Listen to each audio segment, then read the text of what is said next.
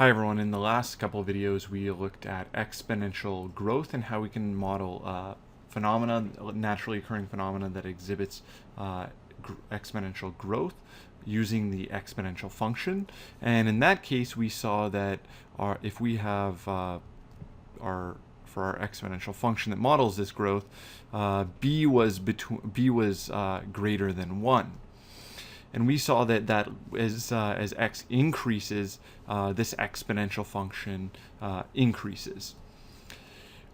If b is between 0 and 1, if b is between 0 and 1, then our exponential function looks something like this.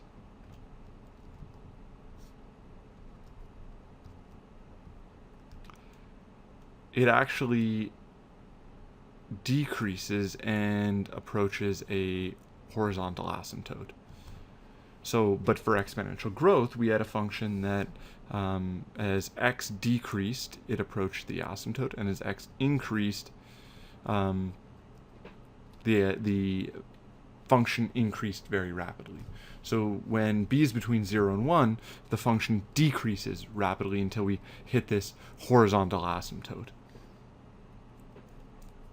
So we can use this function, where b is between 0 and 1, to model a lot of naturally occurring phenomenon. And one such naturally occurring phenomenon that you'll probably be exposed to in high school is called radioactive decay. And so I'm just going to introduce you to some terminology before we go through this example. But the half-life is time is written twice here. What about that? How about that? Let's get rid of that. Half-life is the time it takes a quantity to decay to half of its initial quantity. So it's if we have an initial amount and it takes 40 minutes for the initial amount to decay to half of its original amount, then the half-life would be 40 minutes.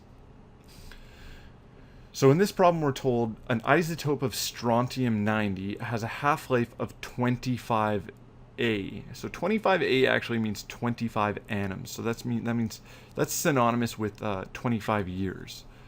So it says, find the mass remaining from a sample of 18 milligrams after 125 years.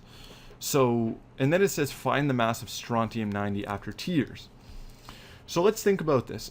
If the half-life is 25 years and 125 years has gone by, then after the first 25 years, we have a half of this. After the next 50, we have 1/4. And then after 75, we would have an 1/8, and so forth. So what are we really doing? Well, let's try to figure this out. So let's let n represent the amount, and n would be equal to our initial amount times 1/2 to the power of, well, let's see how many half-lives went by. We're going to divide this by 2. Let's see, 125 divided by 25. That'll give us the number of half-lives that went by. So 125 divided by 25 is equal to 5. So we should divide this by, divide 18 by a half 5 times, which is the same thing as multiplying 18 by a half 5 times. If we multiply 18 times a half to the power of to the power of 5, we get that this is equivalent to 0.5625. So therefore, the mass remaining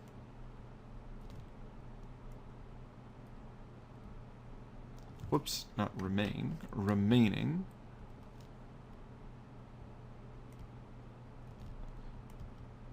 is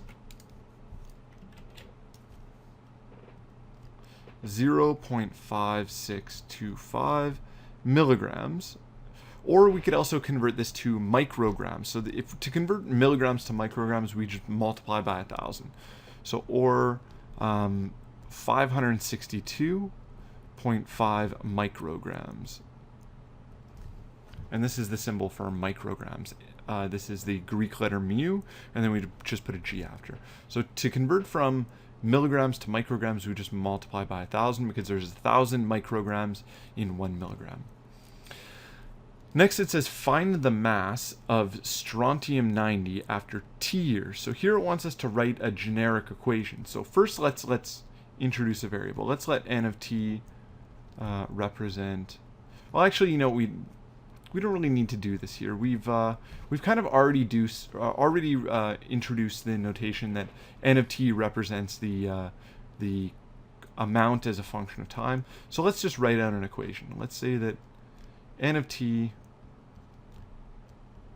is equal to 18 times 1/2, so where 18 is our initial amount, to the power of t. And let's think about how many times how to represent this using an exponential function. I'm going to multiply by 1/2 when every time that we have a multiple of 25, because t is in years. So how do I do that? Well, when t is 25, I'm going to multiply by 1/2 once. When t is 50, I'm going to multiply by 1/2 again. When t is 75, I'm going to multiply by 1/2 3 times. So really what I'm doing is I'm raising 1/2 to the power of t over 25, so that I get all the multiples of 25.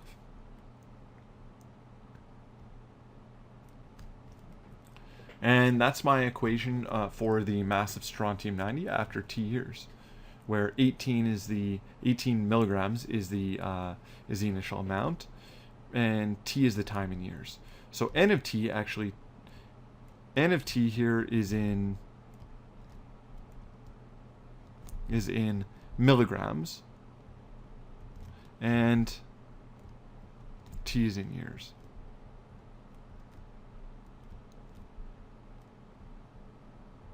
That's important to specify because I could have written this equation so that it was in micrograms as well by just dividing this initial quantity by 1,000.